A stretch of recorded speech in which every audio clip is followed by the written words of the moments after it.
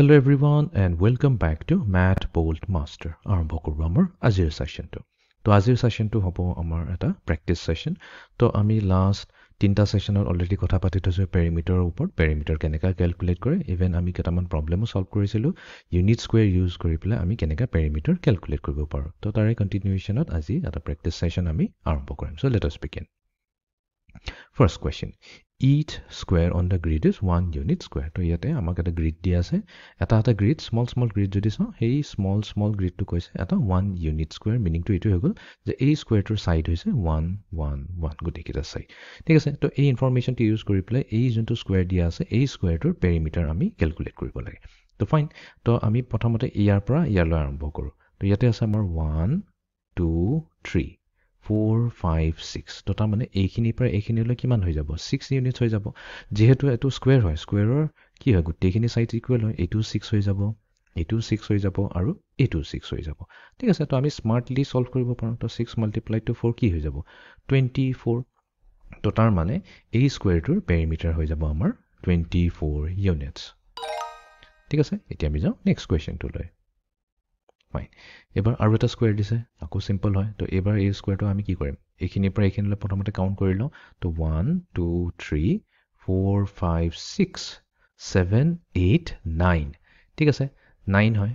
তথাপি আমি এবাৰ ভেৰিফাই কৰিলে এইটো স্কয়াৰে হয় নে নাই, কাৰণ ৰেক্টেংগলও হ'ব পাৰে। তো 1 2 3 4 5 6 7 8। Very careful. তো এইটো কি হয়, এইটো একচুয়ালি স্কয়াৰ নহয়, এইটো এটা ৰেক্টেংগল হয়।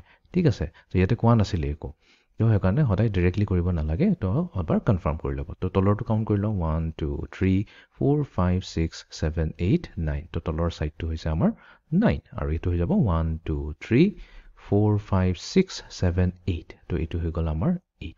তো এটা পেৰিমিটাৰ কি হ'ব 9 + 8 + 9 + 8। ঠিক আছে, তো 9 + 8 হৈ যায় আমাৰ 17।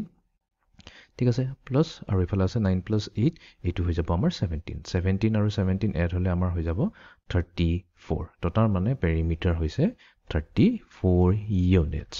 ফাইন, ওকে, এতিয়া আমি যাওঁ নেক্সট কোৱেশ্চনটোলৈ। তো ইয়াতে দিয়া আছে each square on the grid is 1 square unit. তো আমি কি কৰিব লাগিব, এই ফিগাৰটোৰ পেৰিমিটাৰ ওলাব লাগিব। ঠিক আছে, আমি কাউন্ট কৰি লওঁ।